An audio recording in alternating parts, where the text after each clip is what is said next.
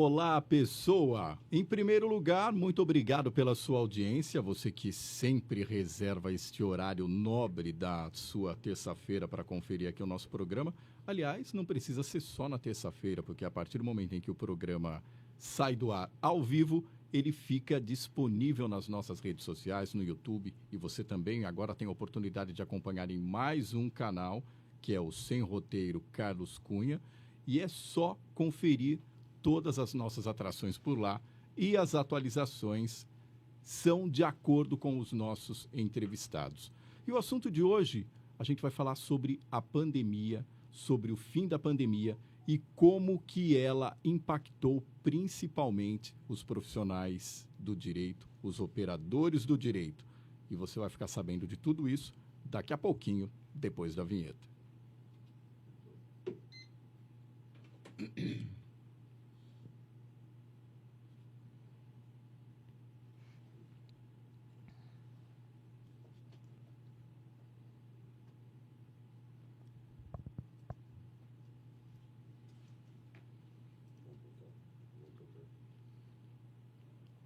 Hoje, recebendo aqui os advogados Camila Schumann e também Fábio Franco Oliveira para os seus boas noites. Boas noites e é um grande prazer poder reencontrá-los depois de tanto tempo. Afinal, o nosso assunto hoje é pandemia e a pandemia acabou distanciando todo mundo. Boa noite, doutora Camila. Boa noite, Carlos. O prazer é nosso, é um prazer imenso.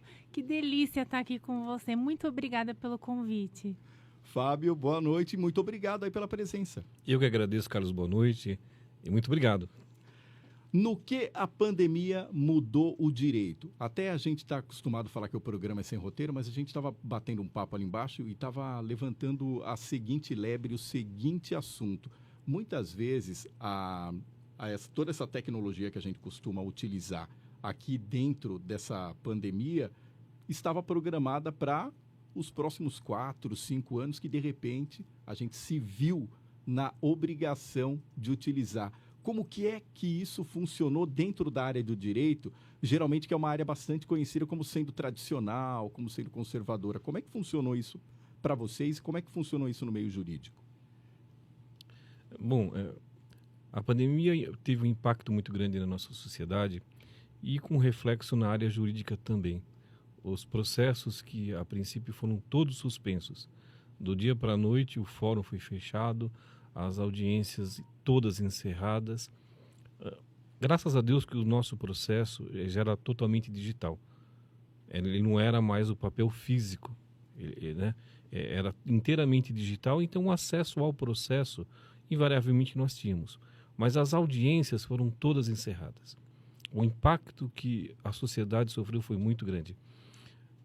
Por quê? Uma reclamação trabalhista é o ganha-pão do trabalhador, ele está sem emprego, na primeira audiência ele já recebe alguma coisa, de repente a audiência dele foi redesignada para daqui a um ano. Uma ação de separação, uma ação de guarda, a ação foi redesignada sine die, sem ter uma data. E foi um pânico geral. De um dia para a noite, os advogados que recebiam prolabore de resultado passaram a não ter resultado nenhum. Os processos ficaram parados, extremamente parados, os servidores não iam, e a pandemia foi crescendo. E o tribunal teve a ideia de fazer uma audiência virtual.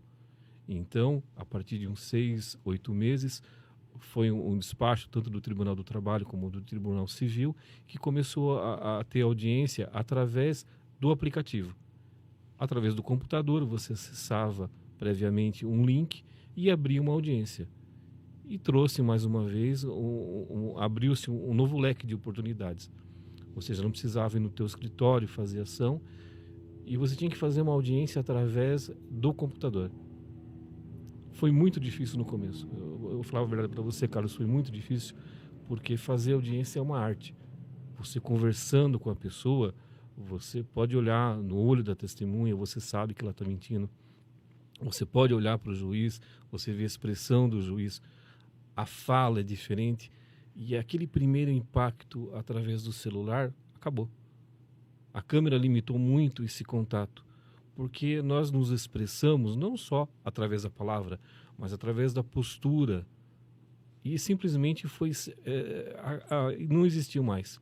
Até, Fábio, por uma questão, por mais simples que o pessoal leigo não consiga até imaginar, o fato de se operar, um advogado, por exemplo, um operador do direito, ele precisa daquela comunicação, que é uma atividade que exige uma comunicação intrínseca, aí até íntima, entre o advogado e o cliente. E agora, com o advento de toda essa tecnologia, você percebeu que isso aí acabou esfriando? Infelizmente, né, o contato pessoa por pessoa é diferente do contato digital. É inegável, inegável. As pessoas ficam mais restritas, você não tem a empatia, você não sente mais a pessoa, quem é sensível, né?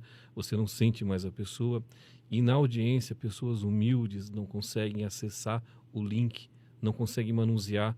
O sinal da internet, ele é bom em determinadas regiões, em outras regiões a pessoa simplesmente não tem. E nós não podemos nunca imaginar uma classe média alta ou uma classe média, não.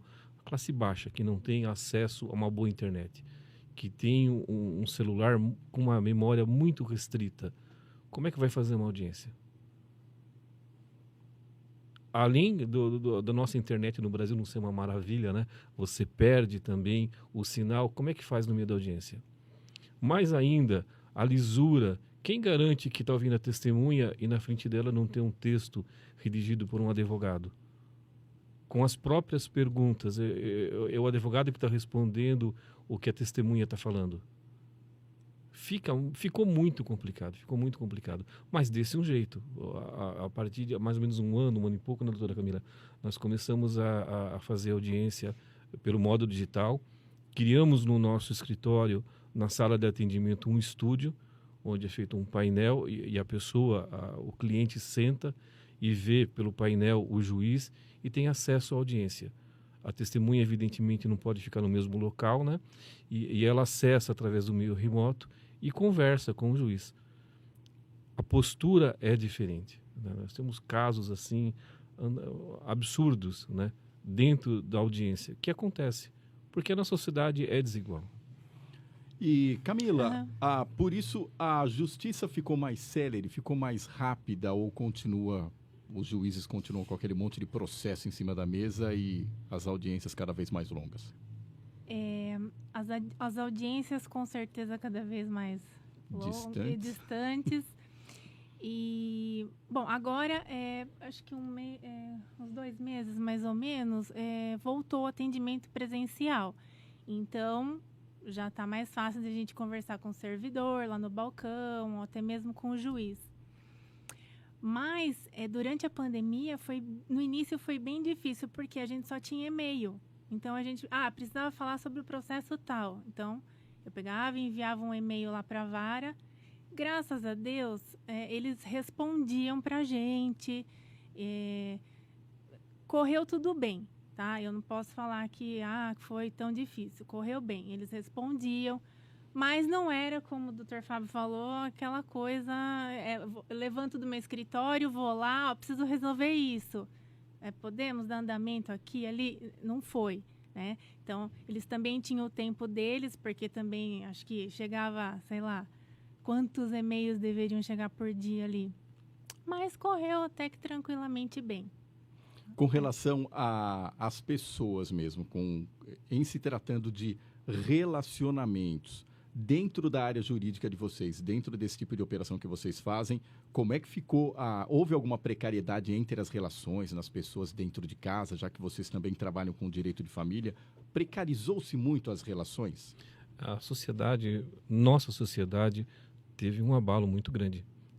Todo mundo teve que sair da rotina, sair do seu cotidiano, e do dia para a noite ficou preso dentro da sua casa. Esse dentro da sua casa trouxe, infelizmente, diversos acontecimentos. Aumentou muito a violência doméstica. A nossa violência doméstica, infelizmente, batia recorde. Parece que o esporte da população masculina é bater na mulher. O número de violência infantil oficialmente diminuiu, porque as crianças não iam na escola, a professora não olhava a criança com lesão e não denunciava. A denúncia era feita no hospital. Até isso a gente estava comentando até nos bastidores, Fábio. Esse número é bastante alarmante com relação às crianças, porque muitas vezes, quando se fala em violência doméstica, se imagina que, por exemplo, uma pessoa que é agredida já vai procurar exatamente uma delegacia para se preservar, para ter os seus direitos preservados. Mas no caso de uma criança, ela dependia bastante da escola para ter esse tipo de observação, para alguém falar assim, nossa, essa criança acho que está sofrendo maltrato. O primeiro contato, a primeira denúncia era feita na escola. A professora olhava, principalmente os bracinhos, a cabeça da criança, e ela, para se defender, ela levanta o braço. Então, eram marcas no braço, várias marcas, né? Quando a lesão é colorida, então você vê que a criança está sendo espancada diariamente, porque são lesões, hematomas diferentes um do outro. É um indicativo de que a criança vem sendo apanhada. Tem todo esse tipo de observação? Tem. Era uma matéria, direito criminal, né, que existia, acho que até hoje ainda existe, né, e nós estudávamos isso, né, você olha a lesão da pessoa que sofre diariamente espancamento, a lesão é diferente. A lesão apresentada é diferente, ela tem uma coloração diferente, porque o sangue vai coagulando, vai dissolvendo o hematoma.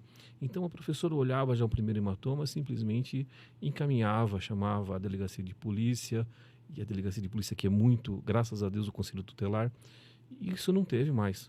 Quem passou a denunciar é o Hospital Universitário. A minha irmã, a doutora Mônica, ela é médica e ela constantemente via crianças que chegavam lá, mas num estado assim, absurdamente em frangalhos. Tinham sofrido um horror. E as lesões eram várias lesões. Várias lesões. Um dado muito triste na nossa cidade, quase toda semana há um estupro de vulnerável. Não raro uma semana que não tenha um estupro de vulnerável na nossa cidade. Nessa questão das relações, dentro da sua, não só necessariamente dentro da tua área, mas você falou que também fez um curso de psicanálise, tem toda essa formação. Você acha que aquela intolerância que existia entre as pessoas, mesmo elas estando todas em sociedade, acabou aumentando essa intolerância? Quantas pessoas foram para dentro de casa? Acabou revelando-se a intolerância. A pandemia teve um divisor de águas na nossa sociedade. Esse período que a pandemia trouxe de bom, você podendo ficar na tua casa, você podia fazer uma reflexão muito grande da tua vida. Você podia fazer uma reflexão com a tua esposa, com os teus filhos, você estava mais próximos dele. Era um motivo de você conversar, de você buscar mais a Deus. Então, casais que a gente via na pandemia, que realmente sofreram com a perda material, com a perda de um ente familiar, mas o vínculo familiar ficou mais forte. Todavia, infelizmente, uma grande parte piorou. A gente até brincava, né?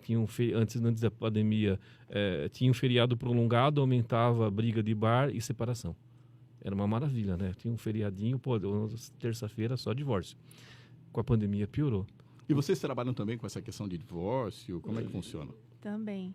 O Fábio faz essa parte da área de família e eu a parte trabalhista e previdenciária. E isso é bem constante lá no escritório, inclusive a violência doméstica. A violência doméstica, ela existe por um fator muito grande. É triste falar, mas é importante, né? As mulheres, em nome do amor, começam a se diminuir. Em nome do amor, o marido fala, olha, eu não quero que você vá com essa roupa em tal lugar.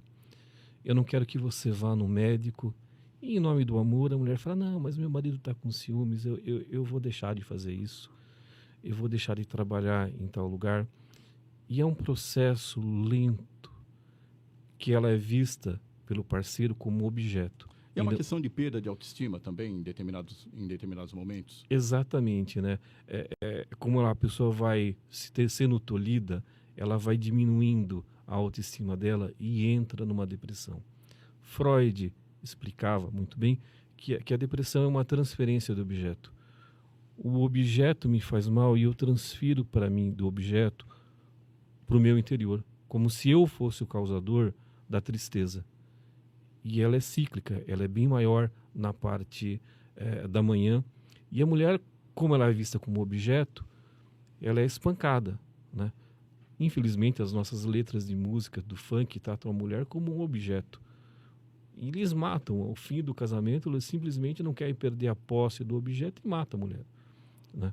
E dentro dos escritórios, que na verdade acabam se tornando até consultórios, porque as pessoas vão lá também para ser ouvidas.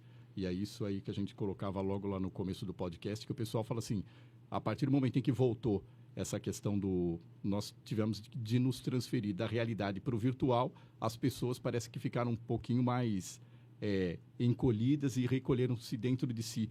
Como que se faz um atendimento de uma pessoa que chega praticamente nessas condições, praticamente no cúmulo mesmo de uma determinada situação, para ela ter que tomar uma decisão? Como é que você ouve, como é que você consegue conversar com essas pessoas? Porque tem que ter um pouquinho de humanidade também, né? Não é simplesmente chegar e aplicar a lei.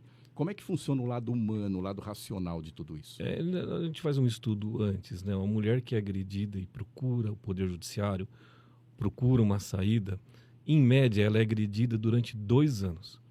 Elas chegam ao hospital faltando um dente, que foi quebrado pelo marido. Isso é com estatística? Estatisticamente. Em média, 2 anos apanhando. Com o braço quebrado, com o dente quebrado, com hematoma desse tamanho. A assistente social do hospital chega para a mulher e fala, olha, foi violência doméstica? Não, esse meu marido que estava nervoso. Não foi violência doméstica. É que hoje ele não estava bom. Mas não é violência doméstica. A família se afasta. Vizinho, briga de marido e mulher, ninguém mete a colher. Mete a colher, porque salva uma vida, né? Elas chegam no nosso... E com a pandemia, a convivência ficou maior.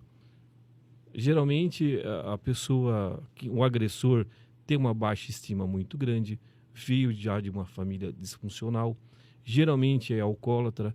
Há 10 anos atrás era mais o alcoolismo, hoje em dia são drogas mesmo, né? Maconha, cocaína. E a agressão, o atendimento é feito em primeiro lugar. Nós colocamos uma medida protetiva. A delegacia da mulher na nossa cidade tem um trabalho excepcional. A nossa legislação é muito boa. E as varas de família da nossa cidade são espetaculares. Aliás, quem trabalha na área de família é diferenciado. Precisa ter aquela questão do primeiro contato humano, tem que não só... Tem que se colocar, tem mesmo que se praticar empatia nesses casos. E o Fábio, ele foi mais além, porque ele foi fazer psicanálise para tentar entender esses casos e para conseguir realizar esse atendimento para essas mulheres que chegam em frangalhos, né?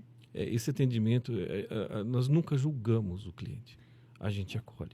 Isso que é interessante a gente falar sobre, porque geralmente você tem que acolher. Sempre orienta a pessoa a buscar realmente o Poder Judiciário, acolhe a pessoa, explica os direitos dela, dá conselho, olha, se você puder mudar de endereço, mude de endereço, né? Não entre em contato, porque infelizmente o índice alarmante que nós temos de homicídio é muito grande. Existia uma alteração da lei agora, o feminicídio, né? Que infelizmente não teve resultado prático nenhum. Não é aumento da pena que vai diminuir a incidência de crime. É uma reforma íntima na sociedade. É questão da mudança não necessariamente de uma letra da lei, mas também do comportamento das pessoas. A forma como uma pessoa consegue enxergar a outra. Eu sempre advoguei a tese de que nós não precisamos de mais leis. O que nós precisamos são de pessoas melhores. Pessoas melhores não se faz com decreto. Se faz com uma educação que leve cada ser humano a buscar Deus dentro de si. Você não tem que cometer o crime com medo da pena. Você não vai cometer o crime porque cometer o crime está errado. A pessoa não vai mentir porque os outros vão falar que é mentira. Ela não vai mentir porque mentira está errado. Freio moral é importante. É importante que a pessoa busque dentro de si freios morais. Busque dentro de si a centelha de Deus. Todo mundo nasceu da perfeição. Todo mundo é perfeito e deve buscar dentro de si a perfeição. A felicidade, que a gente sempre brinca, né? Você não precisa do outro para ser feliz, você não precisa de um carro para ser feliz, você não precisa de um objeto para ser feliz. A felicidade é um estado de espírito que cada um deve cultivar dentro de si.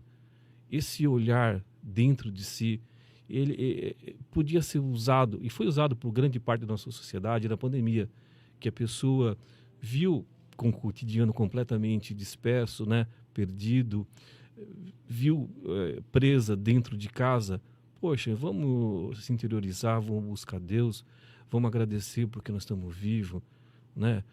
Perdemos o nosso ente querido, vamos orar para que essa alma esteja com Deus. Grande parte da nossa sociedade teve. Graças a Deus, eu sou testemunha viva de que pessoas buscaram essa interiorização. É que a maldade anda de tamancos, enquanto que a bondade anda com sapatos de cetim. Um fato muito gratificante da nossa sociedade é que aumentou em número muito grande as doações, né? Tantas entidades de benemerência que entregavam 150 cestas básicas passaram a entregar 400, 700, 800. Quantos institutos que ajudavam as pessoas mais carentes, de um dia para a noite, tiveram uma demanda maior e foram supridas. Existe um lado muito bom da sociedade presente, e foi presente nesse momento de pandemia. Quando nós pensarmos em pandemia e ficar dentro de casa, poxa vida, imagina você ficar dentro de casa desempregado, com teu filho passando fome, temendo pela tua vida. Alguns dados são interessantes, né? Nessa pandemia teve um aumento de farmácia e bar. A coisa que mais abriu foi bar. Vendas pelo Mercado Livre de produtos de alimento leite foi condensado. leite condensado. Foi o que mais vendeu. Eu estava vendo esses dias, fazendo uma pesquisa, o que mais vendeu foi leite condensado. Esse assunto surgiu no nosso papo hoje na parte da manhã, quando a gente estava falando sobre os assuntos que a gente poderia aqui trazer aqui para a mesa. Tem essa relação do leite condensado, foi bastante curiosa para mim. Por quê? O doce. O doce conforta. O chocolate conforta. A ansiedade conforta. Você toma um chocolate, dá aquela sensação boa. Igual a mulher, quando tá na TPM, né? Mas aí vai pro chocolate. Mas o que é ansiedade? No caso, no geral, aí agora eu me interessei por essa parte do leite condensado. A galera foi pro leite condensado. A maior parte da incidência é o leite condensado para comer o doce, para ter uma satisfação e diminuir a ansiedade. Ansiedade é você resolver um problema no futuro que não existe. A pessoa vai naquele sofá, senta e fala assim, que acontecer tal coisa, eu vou fazer tal coisa. Se fulano de tal falar A, eu vou falar B. Ah, mas se eu ficar doente vai acontecer isso, então eu tenho que fazer isso. Fica maquinando. Isso. E o problema maior é que esse fato não existe. Mas como ela pensa que é real, o nosso cérebro acredita que é real e começa a jogar uma série de hormônios dentro da corrente sanguínea. E a pessoa fica em frangalhos. O estímulo que o corpo dá, não, esse cara está numa briga, então vou jogar adrenalina, vou jogar uma série de hormônios. E ela sai daquele sofá assim, venceu uma briga enorme que não existiu. O controle da ansiedade você não sabe o que vai acontecer no futuro. Se você não sabe, pensa que o futuro vai ser bom. Ou não pensa. Se vai pedir alguma coisa para Deus, pede bastante, não seja pobre, pensa pouco.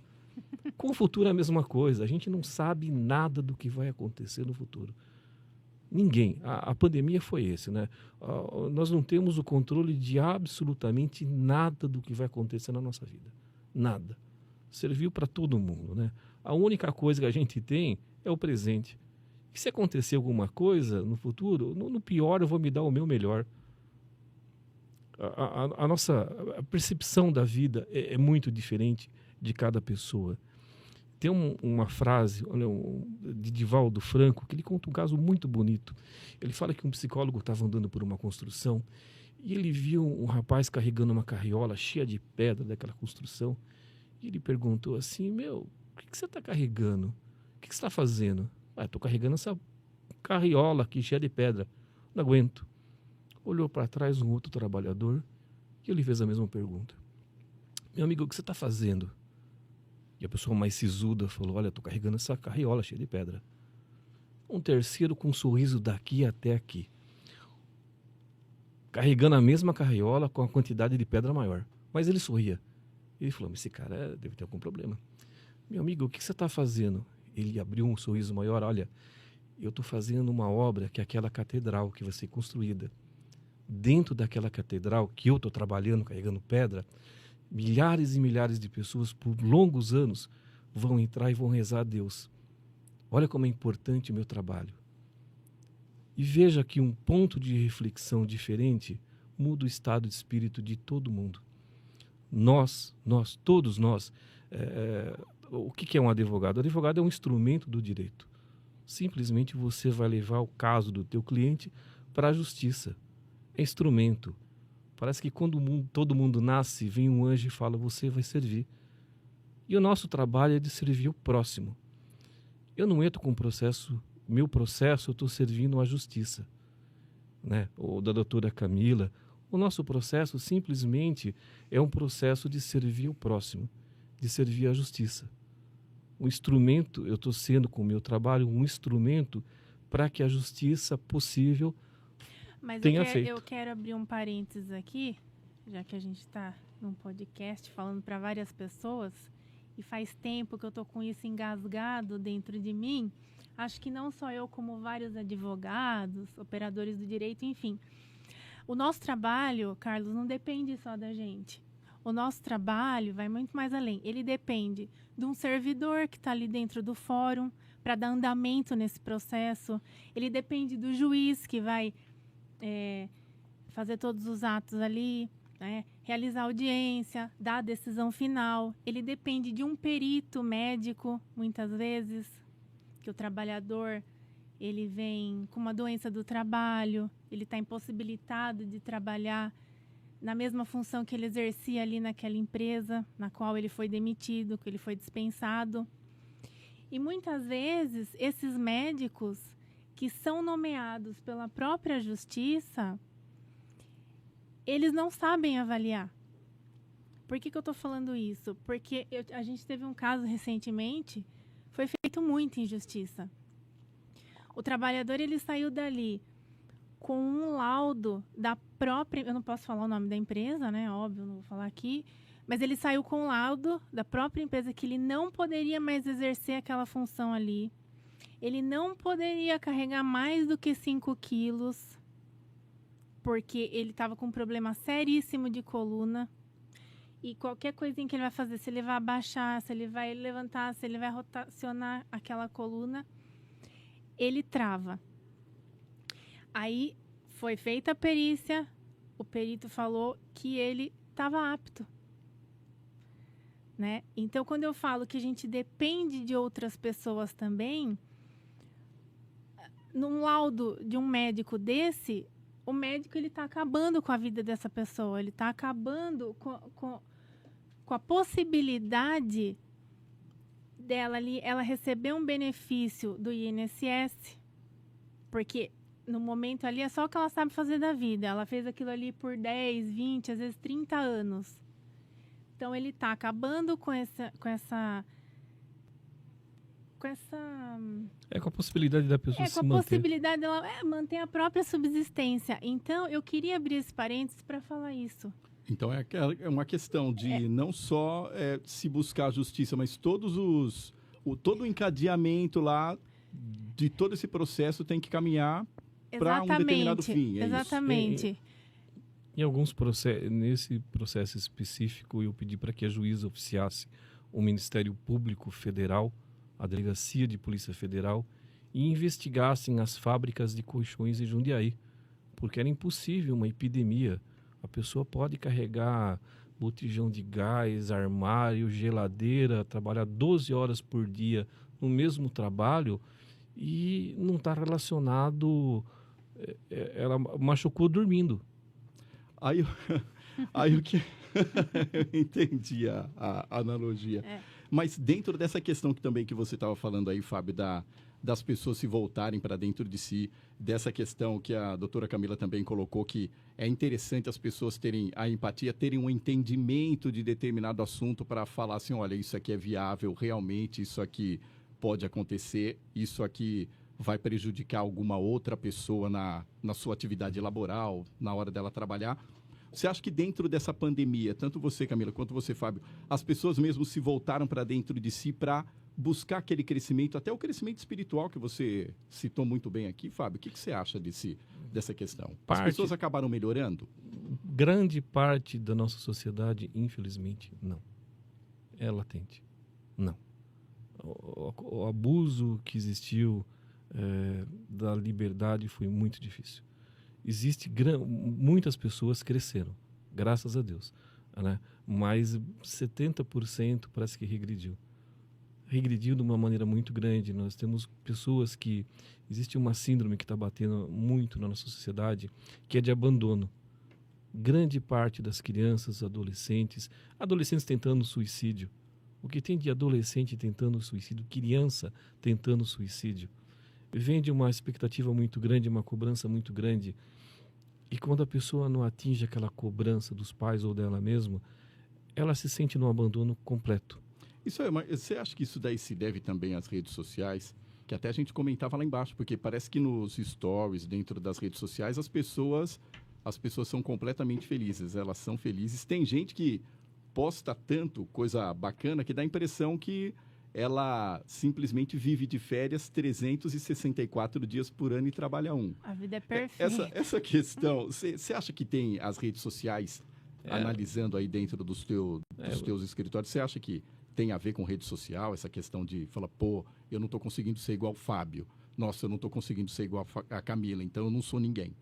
Tem isso? Ser igual a mim, ele está perdido. O Fábio fala sempre uma coisa interessante, que a gente não pode julgar o nosso sucesso ou a nossa vida pela régua do outro. A gente não tem, eu não posso nunca me basear, eu não tenho uma régua de Deus para falar se a pessoa está certa, se ela está errada. Cada um está num momento diferente da evolução. O que existe é um exibicionismo muito grande, pessoas imaturas, né? Um exibicionismo nas redes sociais para subir uma carência que a pessoa tem. Né? A pessoa 100% feliz, ela está 100% drogada. Né? Não existe uma pessoa que está sempre... Porque a vida da gente oscila. Tem os altos e baixos. Não, a vida nossa, a vida de todo mundo, é igual. A vida de todo mundo é cheia de desafio, a vida de todo mundo você vai encontrar obstáculos. O que é maturidade? Maturidade é você saber os teus limites e as tuas virtudes. Quando eu sei das minhas limitações, eu tento, na medida do possível, ser uma pessoa melhor, né? Lapidar a pedra bruta, ser uma pessoa melhor. Agora, se eu não sei os meus limites, se eu não sei as minhas limitações, fica difícil. Amadurecer não é idade, amadurecer é você saber os teus limites e as tuas virtudes e tentar conviver. Conviver com o próximo é uma coisa muito simples quando você vê que o próximo não é outra pessoa que tem limites, que tem virtudes, que está no desenvolvimento dela, né? Querer as coisas, tem que ser não, eu quero as coisas. Por que você quer ser feliz? É interno da pessoa. A comparação é errada, sempre vai ter uma pessoa muito melhor do que eu, graças a Deus que existem pessoas muito melhores que eu, né? Sempre vai ter pessoas que não têm o conhecimento que eu tenho. Por que a gente estuda? Para ser melhor do que eu era, não para ser melhor do que o outro. Nós estamos aqui, a vida é muito simples, mas é uma passagem que todo mundo tem que fazer da melhor maneira possível. Conforme eu estava comentando com você, o equilíbrio é fundamental. Uhum. Existe a estrela de Davi, que na verdade é a proteção de Davi, que são 2 triângulos, né? O primeiro triângulo, por favor, desenhe um triângulo para nós, o Carlos. Vamos lá, vamos colocar aqui, olha, aproveitando aqui, ó, para quem acha que realmente é sem roteiro, já estava praticamente tudo pensado. Olha, eu vou deixar para você colocar os seus dotes artísticos aí também, Fábio. Perfeito. Olha lá, ó. O primeiro, acho que a câmera está pegando direitinho aqui. O primeiro triângulo é esse. Ele tem uma seta para cá e uma seta para cá. Essa é a vida material e é a nossa vida. A criança, quando nasce, ela faz assim, porque ela quer pegar o material. A partir do momento que nós vamos envelhecer e a caminho da eternidade, a gente vai largar tudo. Geralmente, quando morre, a pessoa está assim. Agora, o contrário, o outro triângulo. Horrível esse triângulo. É o triângulo da espiritualidade. Nós nascemos simplesmente, como diria o Lula, minha mãe nasceu analfabeta e sem saber ler e escrever. Nós nascemos com 0, mas o caminho que é, conforme nós avançamos na vida, nós buscamos a Deus. E a seta vai para o infinito, porque Deus está no infinito. A proteção de Davi, que a maioria fala estrela de Davi, é a junção, é o equilíbrio perfeito entre a vida material e a vida espiritual. Quando nós somos mais velhos, eu estou mais próximo da eternidade do que quando tinha 20 anos de idade, a gente deve buscar mais a Deus. Os nossos valores não tem que ser valores materiais, os nossos valores têm que ser morais. Cargo passa, função passa, dinheiro passa. Esses são bens que são importantes, mas são transitórios. O que não é transitório na tua vida? transitório na minha vida é o amor que eu tenho pelo meu filho, é o amor que eu tenho pelo meu estado, é o amor que eu tenho pela minha esposa. O que não é transitório para a minha vida é a minha moral. O que não é transitório para mim são os meus valores. Isso eu vou levar. Eu não vou levar cargo, eu não vou levar dinheiro, eu não vou levar casa, eu vou usufruir dela. A pessoa tem que pegar uma nota de R$100 e falar, puta, isso aqui é gostoso, mas eu não vivo para isso, eu vivo com isso. Esses valores que cada um tem que fazer. E o caminho é individual. É individual. O importante para nós que somos advogados é a gente tem que manter o pé no chão. Nós somos instrumentos do direito. O nosso trabalho é de levar a pretensão para o nosso cliente para a justiça e de servir o próximo, porque todo mundo que está aqui está para servir o próximo. O que cada um vai fazer com a sua vida já é diferente, né? Eu não posso, de uma maneira deliberada, atrapalhar a vida de uma pessoa. Pessoas que vão no nosso escritório que não têm o direito, o que você faz? Poxa vida, meu amigo, você não tem direito, infelizmente não vou pegar o teu processo por causa disso. Colegas menos éticos, poxa, vamos tentar. Cobra 4, 5 mil reais o cliente, o cara entra com o processo sabendo que vai perder, a pessoa ganha. Dentro dessa filosofia que você passou, foi muito legal também, porque você também colocou alguma coisa relacionada ao autoconhecimento. Você tem que se conhecer para você passar a conhecer ou tentar conhecer as outras pessoas. Foi exatamente dentro dessa filosofia de ajudar que vocês escolheram serem advogados? Com certeza. Porque, olha, vou te dizer, a gente podia estar rico, né? Se a gente cobrasse tudo o que aparece no escritório, quanta coisa a gente faz de graça, mas porque a gente gosta mesmo a gente tem isso dentro da gente. E o Fábio, ele é muito parecido comigo. Então, às vezes, se uma pessoa chegar lá, eu não tenho dinheiro para comprar tal medicamento. Então, a gente já entra com um processo de mandado de segurança para conseguir aquele medicamento e a gente não cobra. Muitas vezes, a maioria dessas ações a gente não cobra. Muita coisa a gente faz. Às vezes a pessoa está passando necessidade, aí tem só... vou liberar, vamos supor, só o seguro-desemprego dela e o FGTS do processo. Então, a gente faz a liberação e não cobra, porque você sabe que aquilo é o único meio que a pessoa tem de sobreviver naquele momento. Ou seja, sempre há um caminho dentro da legalidade para fazer com que as pessoas se sintam melhores e saiam melhores do que entraram praticamente dentro do escritório. Sim, eu sei que muita gente aí que vai assistir vai falar, isso você não pode, né? Que é o código de ética, tem que cobrar. Mas a gente é assim. A gente gosta de ajudar. Tem uma máxima, fora da caridade não há salvação.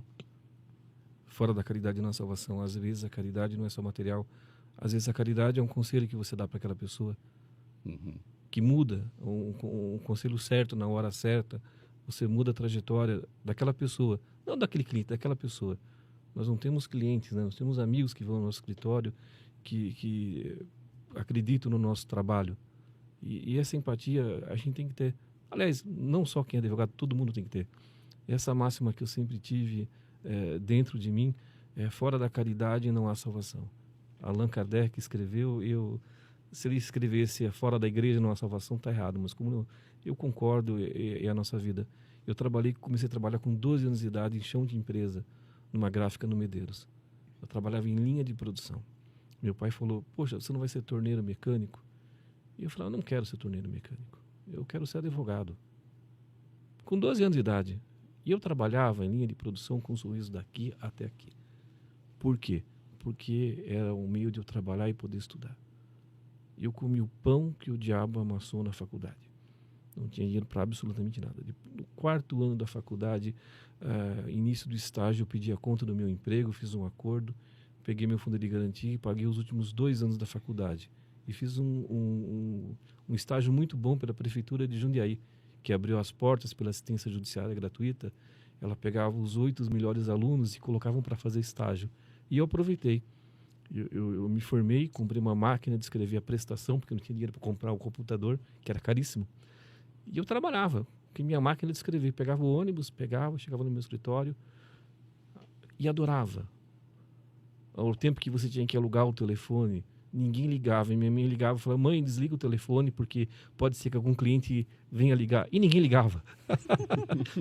Mas você atende o primeiro cliente, você atende o segundo cliente, quem gosta indica para os amigos, quem não gosta indica para os inimigos, e a coisa vai crescendo. E assim vai, né? E assim vai. Mas sempre com esse propósito certo. Porque eu aprendi com a minha mãe sempre falava assim, olha, fazer só o certo é muito pouco. Fazer bem feito é pouco. Qualquer um faz bem feito. Tudo que você vai fazer, você faz com amor. Você faz com dedicação. Aí você não vai cansar e aí a coisa vai bem. Né? E eu tenho isso comigo. Qualquer processo que vai no meu escritório, qualquer coisa que a gente vai fazer, poxa, tem que botar a tua fé, tem que botar a tua energia. Né? E é um grande aprendizado. Todo dia nós estamos aprendendo no escritório. Queira ou não queira, né, Camila? Forçosamente. Com certeza. Existe uma mudança de legislação, existe uma mudança de sociedade. E nós estamos, assim, né, infelizmente, eternos aprendizes. E tem que ser desse jeito, tem que ser desse jeito. Ou até felizmente, porque a partir do momento em que você fala assim, olha, não preciso aprender mais nada, você para automaticamente de crescer. Então, ser um eterno aprendiz, acho que é uma virtude que todos nós devemos ter. Colocando aí dessa parte que, para vocês dois, vou fazer a mesma pergunta, independente, nem precisa citar nome, não precisa citar quem é.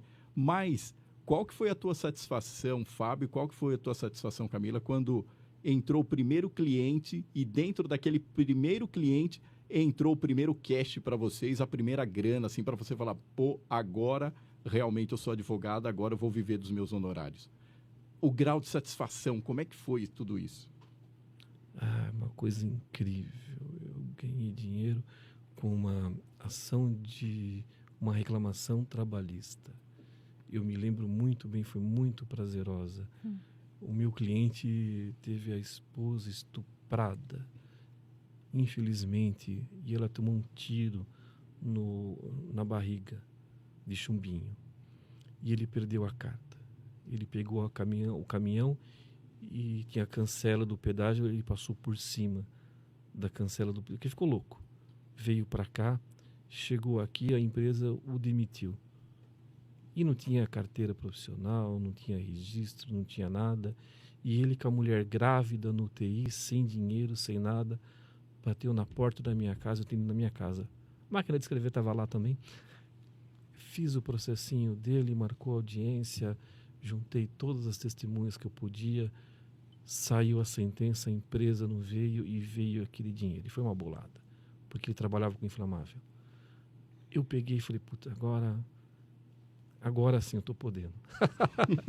Claro que eu ganhei outros processos, mas o primeiro foi... E a satisfação do cliente de ver, fala assim, olha que legal, conseguimos, a gente viu a sua luta, teve a luta do... Porque o pessoal fala assim, olha, teve a luta do cliente, mas teve a luta do advogado também na hora de fazer toda aquela batalha, etc e tal. Aí eu tive clientes assim que entraram com uma reclamação trabalhista, ficam desempregados, né? E ficam 4 anos ligando para mim, me ofendendo de todos os nomes, porque o processo não sai. E quando sai? E quando sai... O melhor advogado do mundo. Melhor advogado do mundo. Eu tive um cliente que estava faltando pão na casa dele, estava faltando comida, estava faltando leite. Ele falou, doutor, nós vamos perder o processo não sai. Eu falei, fica tranquilo. Fomos no tribunal, graças a Deus, fizemos um acordo, R$360 mil.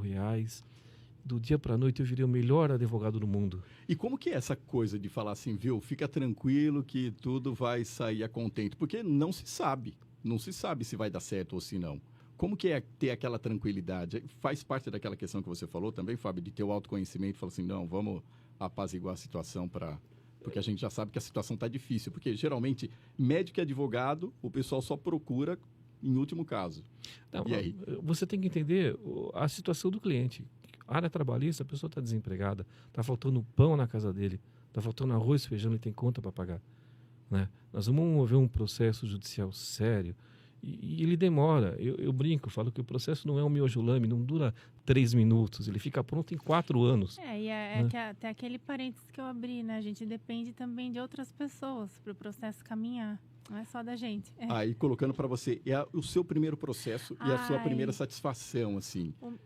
Nem precisa entrar em detalhe. Fala assim, nossa, a hora que saiu, foi Não, o meu 10. primeiro processo, eu lembro assim como se fosse hoje.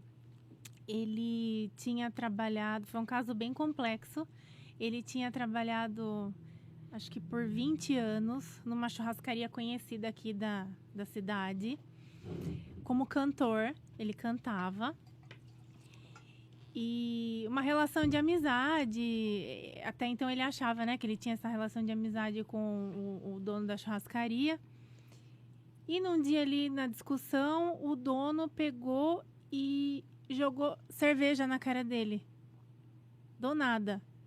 Falou, olha, você vai embora daqui, você não me serve mais, você não presta. 20 anos você fazendo... É que eu não vou falar as palavras aqui, que eu não posso... Você fazendo burrada aqui, some daqui, suma da minha frente, na frente de todo mundo. E aí ele foi lá e um sábado ligou lotado. para você. Aí esse homem foi no meu escritório. E eu peguei aquele processo, eu falei, nossa, eu preciso fazer justiça, eu preciso ganhar esse processo. E daí eu sentei no computador e comecei a redigir ali Aí ela já tinha computador, Fábio, não tinha máquina de escrever. Subi mais velho. Já era chique, já tinha notebook até. Eu achava chique, né? E daí eu redigi aquele assédio moral, pedi a indenização para ele. Quando chegou na audiência, a juíza também começou a compreender o lado do trabalhador. Aquele homem começou a chorar. E ele veio às lágrimas e reviver toda aquela situação, aquele momento. Mas e todo mundo começou a chorar, Carlos. Até a juíza. E tinha alunos assistindo ali da faculdade, acho que era do Anchieta na época. E todo mundo começou a chorar. Aí veio a sentença da juíza. Aí ela deu tudo que eu pedi. Tudo, tudo, tudo. Aí eu falei, olha, tá aqui a decisão da juíza. Ele vai ter que pagar tanto. Mas aquele homem chorou de novo, eu chorei junto, todo mundo chorou. E no fim foi uma alegria só. Porque a partir dali eu também comecei a poder me prover, né? Prover as minhas contas. A partir dali é que um vai indicando o outro. Então aí foi vindo.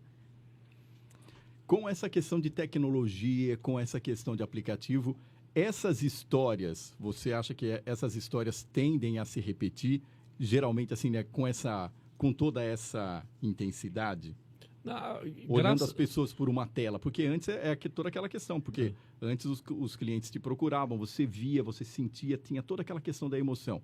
Agora, dentro do direito, dentro dessa questão que veio com a pandemia, dentro desse avanço da tecnologia que a gente teve, que, de certa forma, veio facilitar, você acha que esse contato, esse clima, esse calor humano tende a prevalecer? Ou como é que funciona? Como é que você vê isso, Fábio? É uma questão muito prática. Grupos de WhatsApp é só briga. A pessoa perde a inibição, fala o que quer, o que não quer, sem o menor pudor. Quando a pessoa está perto de você, é diferente. Eles estão perguntando aqui se meu cliente morreu. Ele faleceu, tá, gente? Ele já é falecido. Infelizmente. Tadinho, gente. Mas aqui, vamos colocar aqui, deixar o assunto leve, falando de coisas... Vamos falar de coisas bacanas. Mas cada curiosidade, mas é legal aqui dentro das redes também. Por exemplo, né? Você sente a energia do cliente, você sente como é que ele está, e você consegue, através de uma conversa, acalmar o cliente. Uhum. Quando você está perto da pessoa, você conversa com ela, Eu sou terapeuta hipnólogo. Eu cheguei a hipnotizar o meu cliente. O meu cliente, um processinho, eu vi que ele estava com um estado muito ruim. Ele falou para mim, olha, Fábio, eu escuto vozes, e essa voz nunca fala, vai lavar o carro. Pega o revólver e dá um tiro na tua cabeça. Policial militar aposentado, ando com uma 45 no bolso. Eu pedi licença para Camila, que eu ia hipnotizá-lo. Né? Eu fiz uma hipnose, tirei o que estava com uma depressão muito nele e coloquei algumas âncoras, né, para tirar aquele estado dele. Né? Simplesmente para dar um alívio. Claro que ele foi passado por um psiquiatra, né, fez um tratamento, mas graças a Deus ele nunca mais teve. Teve clientes, né, que chegou travada, simplesmente travada, com a musculatura por preocupação, por crise de ansiedade. Nós fizemos uma hipnose também naquela pessoa E ela, graças a Deus, saiu sem... Perdeu o processo, mas ela saiu bem. Pelo menos andando, Saiu né? destravada. Praticamente chega lá, você faz o atendimento de tudo. É barba, cabelo e bigode dentro do mesmo Já hipnotizei escritório. juiz em sala de audiência também, que ele falou que nunca mais vai fazer audiência comigo. Viu?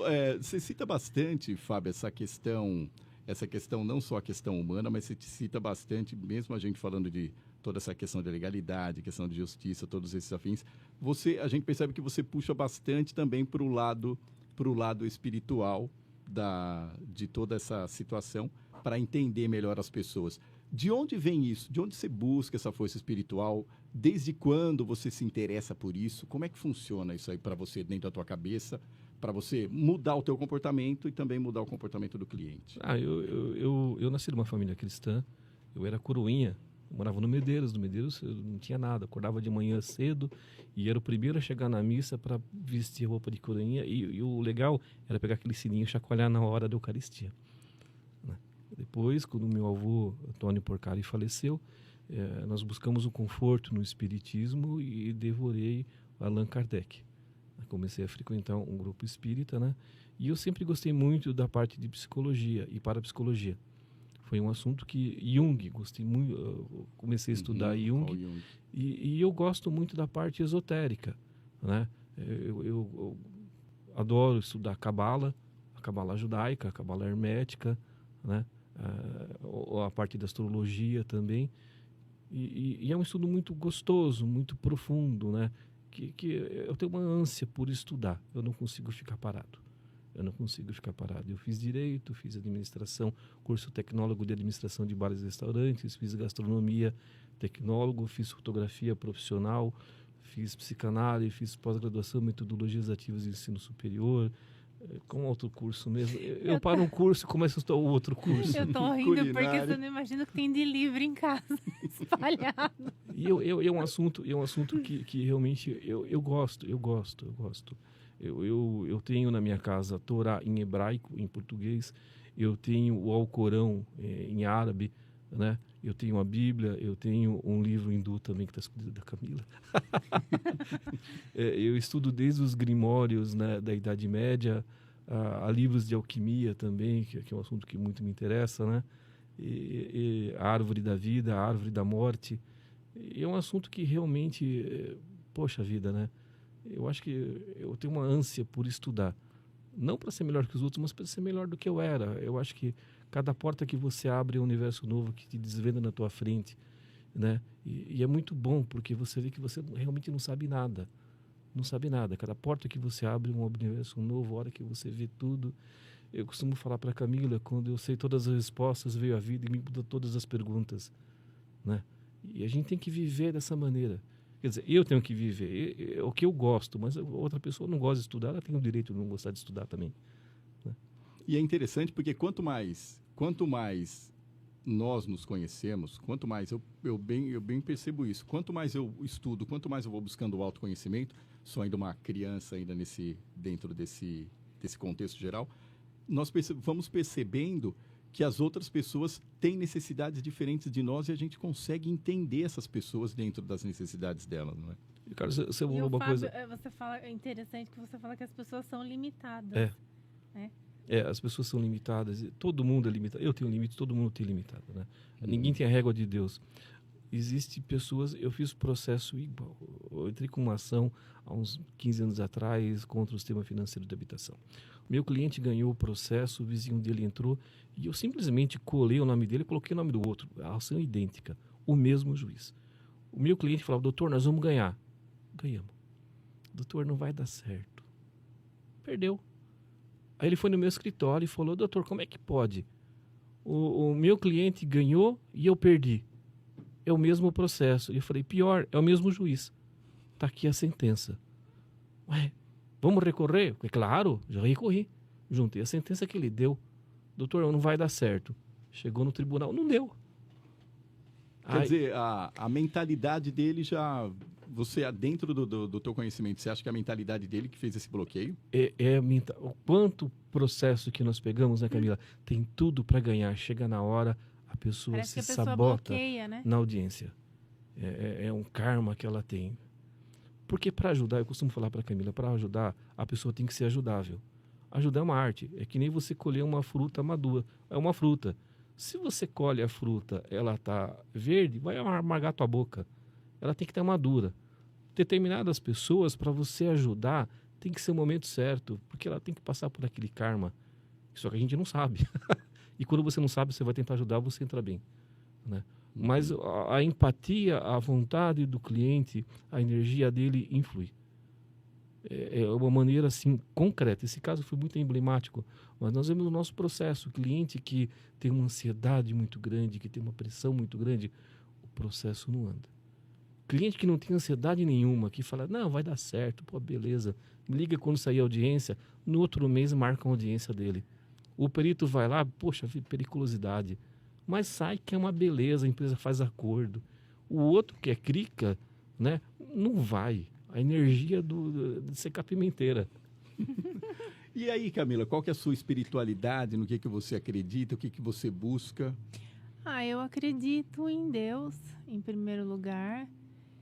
E também, como o Fábio, sempre ser uma pessoa melhor. Mas para mim, não para os outros, não para mostrar que eu sei mais ou menos. Eu procuro crescer para mim mesma, para me relacionar com as pessoas, para isso. Porque, na verdade, Carlos, a passagem, a vida é uma passagem.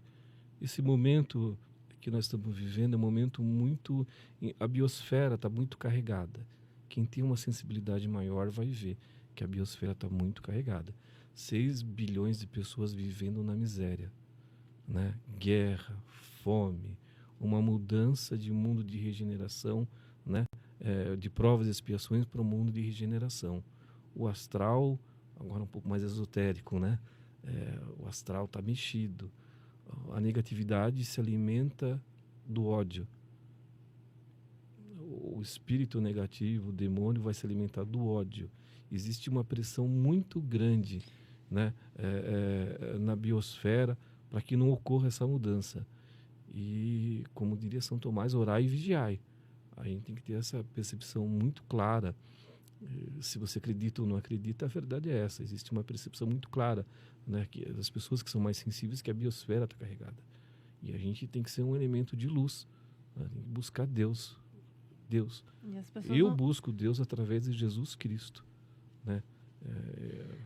Eu trabalho com a Bíblia do meu lado, com a imagem de Nossa Senhora de Fátima, que eu sou devoto, de Jesus Cristo, né? Aqui fica do meu lado, sempre ficou, em todos os anos, né? Desde que quando comecei a advogar. A presença, porque se você acreditar em Deus, não vai te livrar de problema, mas você vai caminhar no momento de dificuldade de uma maneira melhor, né? A pessoa que tem a religião, que tem Deus dentro de si, não vai evitar de ter problema, não vai evitar de ter uma perda afetiva, de ter uma perda de emprego, mas você vai buscar um conforto espiritual e você vai ter uma vida muito melhor. O fardo fica mais leve, né? Com certeza. Muito legal esse papo que a gente teve aqui, falou de pandemia, a gente teve também dentro do programa a oportunidade de falar sobre o trabalho dos advogados, a forma como vocês trabalham. Agora aqui no final, como é que a gente encontra vocês nas redes sociais? Eu tô como Mila Schumann, @MilaSchumann no Instagram e no Facebook Camila Schumann, ali naquela ali. E a nossa página do escritório também, Franco de Oliveira e Schumann Advogados Associados, está no Facebook. O meu Instagram só tem uma foto minha e eu tenho seguidores. É um marasmo, eu não sei o que eles seguem, né? O Fábio é avessa à internet. Se ele perder a conta, ele não sabe como que ele vai acessar a conta, porque ele não lembra a senha. Não, ele não lembra. O meu Facebook tem mensagem espiritual e mensagem espiritual. Dos mais variadas religiões possíveis e imaginárias. Fábio, muito obrigado pela tua presença. Camila, obrigado pela tua presença. Foi muito legal aqui. E para você que está acompanhando também o nosso programa ao vivo, eu não sei quem está aí nas suas redes sociais, Camila, mas aqui eu estou com o Marcelo Cecílio também, que acompanha a gente, e o Guilherme Acaiaba, do Foguete do Joe, que é o cara que faz também ele faz algumas paródias minhas aqui dentro do podcast dele. mas ele pensa que eu não vejo, mas eu vejo sim, viu, Joe? Mas mesmo assim, obrigado pela tua audiência. Você é um dos caras aqui, um dos mega parceiros aí que a gente conseguiu aqui conhecer dentro da produtora. E é bem legal. Aliás, Fábio, essa questão de... Vocês estavam citando aqui que às vezes um advogado vai citando o outro. Eu achei muito legal. Logo no primeiro podcast que eu fiz aqui dentro da produtora, no outro dia... O Joe, do Foguete do Joe, mandou uma mensagem para mim. Pô, acompanhei teu programa. Eu falei, cara, você teve coragem de fazer isso? Então, um abraço para você, Joe. Abraço, Ayan. E tem algum abraço também aí? Quem que tá na tua rede social, Camila? Que eu acabei perguntando para você e falei outra coisa. Olha, quem acompanhou aqui foi a Vanessa Biral. Olha, que beijo legal. Pra você, Van. Os nossos sobrinhos, Gigi, Fabrício e a Mônica, minha cunhada. Minha mãe, Sônia, um beijo. Elaine Bressan também, ó, pra você, minha segunda mãe. Marilza Rodrigues, um beijo. Cristiano Mendes Fotografia, um beijo. Vanessa Milhomens, um beijo para todos vocês. Nas suas redes sociais aí, quem tá, Fábio? Essa eu perguntei só de sacanagem.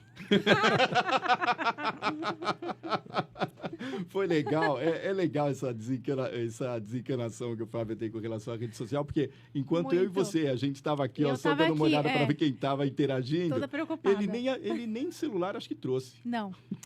Eu olho o WhatsApp, eu demoro uns 3 dias para responder, mas eu respondo. E o cliente fica bravo. Fábio, mais uma vez, obrigado. Camila, obrigado. Para você que está nos acompanhando, obrigado também à parte técnica, Ayan, Gustavo. Parece que não, mas a gente tem uma equipe mega competente sempre aqui na nossa retaguarda. E o Sem Roteiro está disponível a partir de agora para você também acompanhar e divulgar para os seus amigos. E se você não gostou, parafraseando o Fábio, divulga para os seus inimigos. É isso.